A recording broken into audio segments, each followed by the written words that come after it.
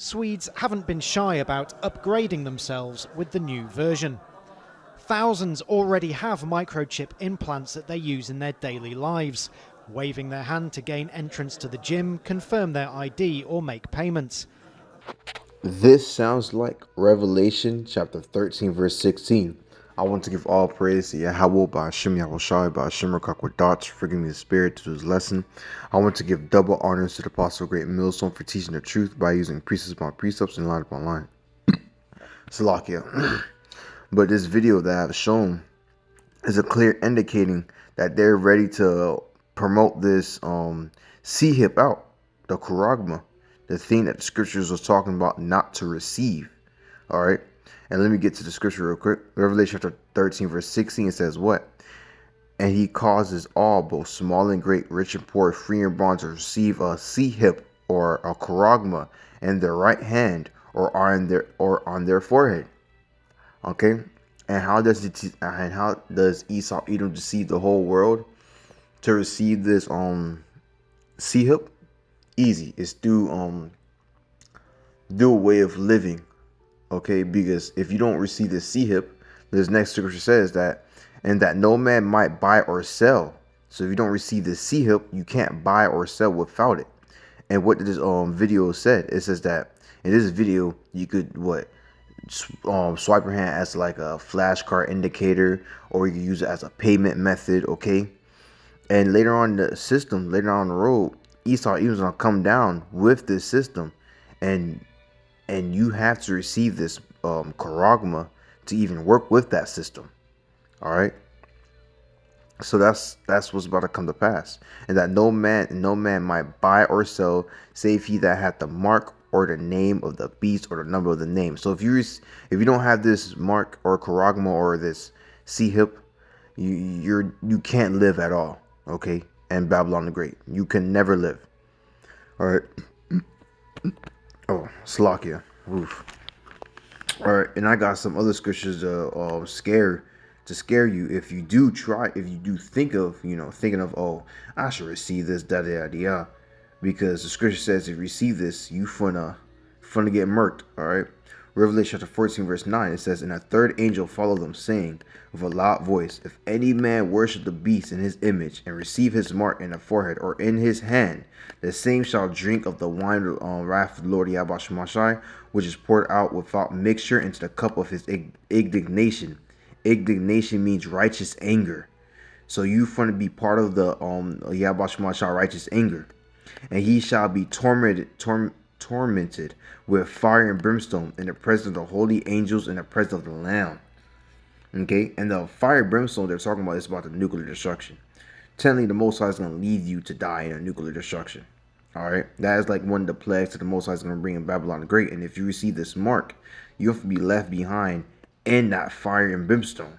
Okay, further scripture to prove that this is the plague, or that what he's going to bring to Babylon the Great, is in Zechariah, if I'm not mistaken, 14 verse 12. If it is not that, yeah, it is 14:12 KJV. It says right here, yeah, it says, and this shall be the plague whereof the Lord Yahawah will smite all the people that have fought against Jerusalem.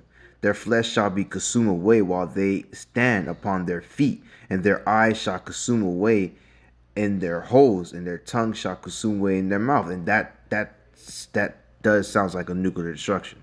That sounds like you melting to death through radiation.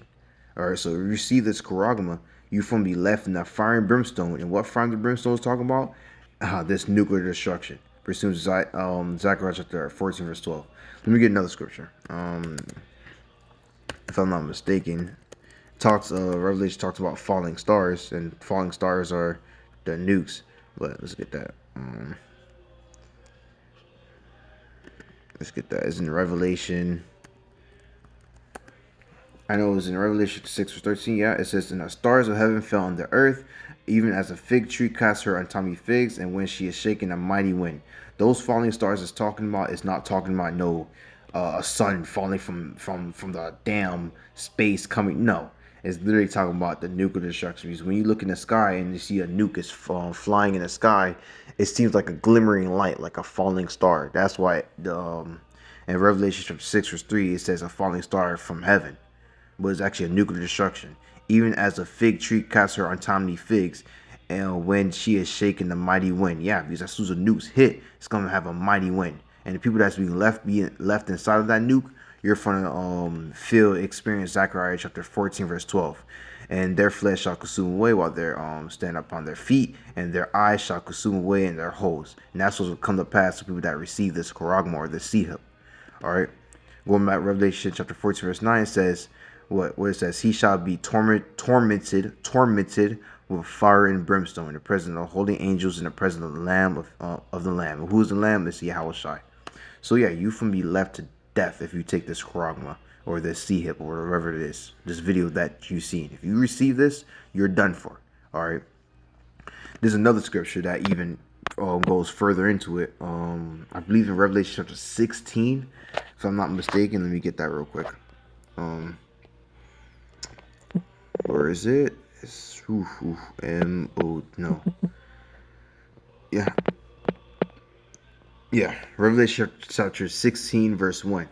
And I heard a great voice out of the temple saying, the seven angels, go your way and pour out the vial of the wrath of Yahawah upon the earth. All right, because the Most High is going to come down with a sword, pursuant to Matthew 10 verse 34. He's going to come down with great slaughter. In verse 2 it says, and the first went and poured out his vial upon the earth, and there fell a noisome and grievous sword upon the man which had the mark of the beast, and upon them which worshipped his image. So the Most High is gonna bring this noisome pain upon the people that receive this sea hip. Okay. And you already know that the people that are gonna receive the sea hip is gonna be going through what? A nuclear destruction. But there's another thing that's gonna come for you too, and it's technically is cancer. This noisome pain that it's talking about is actually cancer. The Most High is gonna curse you with cancer too if you take this. All right. So there's like multiple wickedness coming after you if you receive this receive this sea hip. All right, and that actually pursues Amos chapter 5 verse 20.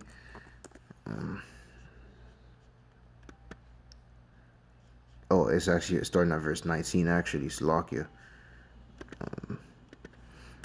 It actually pursues in 19. It says, as if man flee from a lion and a bear met him, or went into a house and his hand in the wall and the serpent bit him. Okay, and this scripture is talking about how even though you run away from one wickedness, another wickedness is going to come after you. It's just going to be happening just like as this sea hip. So you thinking that, oh, you didn't receive cancer, don't worry, a nuclear destruction is about to come right after. So if you receive this sea hip, no matter what you do, you're going to die.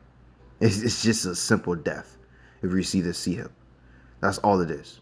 So going back, Amos chapter 5 verse 19, as a man did flee from a lion and the bear met him, or went into a house and leaned his hand in the wall and the serpent bit him.